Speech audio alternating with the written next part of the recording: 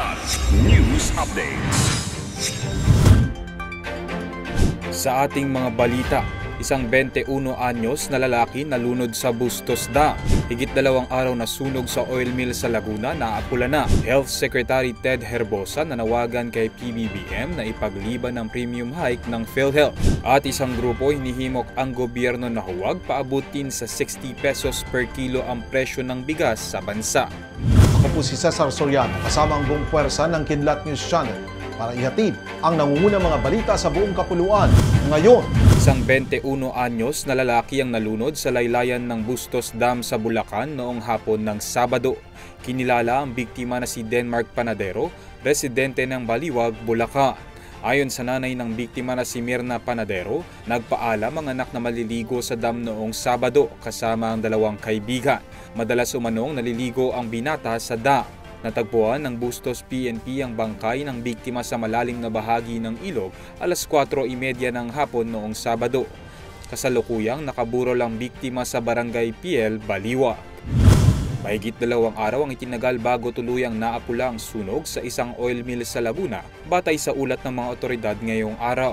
Ayon sa kumpirmasyon mula sa Bureau of Fire Protection o BFP sa Alaminos, Laguna, naapula ang apoy bandang alas 4:30 ng hapon nitong Martes. Dagdag pa nila kaya natagalan ng mga bombero sa pagkontrol ng sunog ay dahil sa toneladang kopra na nasa loob ng apektadong oil mill.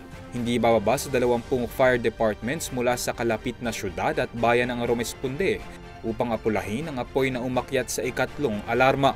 Nitong linggo ng madaling araw nang sumiklab ang naturang sunog dahil umano sa nagliyab na linya ng kuryente mula sa isang makina ng warehouse. Nanawagan si Health Secretary Ted Herbosa kay President Ferdinand Marcos Jr. na itigil ang implementasyon ng 5% premium hike sa mga kontribusyon sa Philippine Health Insurance Corporation o PhilHealth. Giit ni Herbosa may sapat na pondo ang naturang health insurer na ipagpatuloy ang pamimigay ng mga benefit at hindi masakit para sa kanila ang i-delay ang pagtaas ng premium. Dagdag ng kalihim kahit noong sinuspinde ang increase, wala namang nawala sa mga benepisyo. Sagot ni PhilHealth President at CEO Emmanuel Ledesma, sinusunod lamang nila ang Universal Healthcare Law. Sa isang statement, sinabi ni Presidential Communications Office Secretary Cheloy Garafil na kasalukuyang pinag-aaralan ni Pangulong Marcos ang mga rekomendasyon ni Herbosa. Hinihimok ng isang grupo ang pamahalaan na suriing maigi ang presyo ng regular milled rice sa merkado dahil posible raw itong umakyat sa 60 pesos kada kilo. Ayon kay Bantay Bigas spokesperson Cathy Estavillo, umabot na sa 54 to 55 pesos kada kilo ang presyo ng regular milled rice sa malalaking merkado habang nag-uumpisa sa 56 pesos per kilo sa maliliit naman na pamiliha.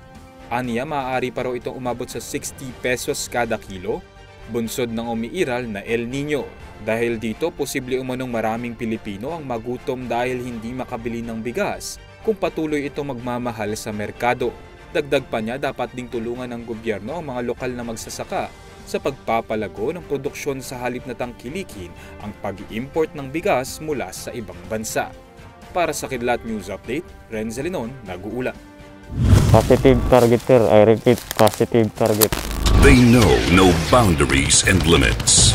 In the jungles of Mindanao, there lie the child warriors ready to be deployed to sow terror. Pinakarga ka ba nila ng baril? Tinuruan ka nila? Tinuruan, sinabi nila. Kung gusto mo makauwi, hindi ka makauwi ng buhay. Determined and prepared to die, how did the Army manage to uncover the sad plight of the innocent souls and counter the savagery of the extremists? Bundi Sawadjian is considered as the most notorious Abu Sayyaf because his actions is always aligned with the ISIS. He was the one making the bombs. Paano nyo sinundan si Sawadjian? Baka sumisikip yung space niya sa Sulu. Pumunta siya dito, hoping na baka mas maluwag dito. But sa tingin ko, nagkamali siya.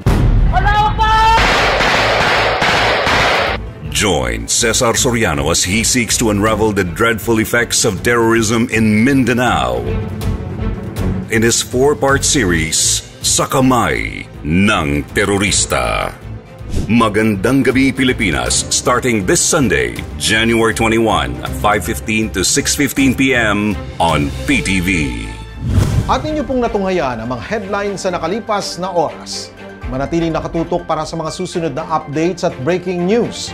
Ako po si Cesar Soriano, kasama nyo sa bawat pagputo ng balita.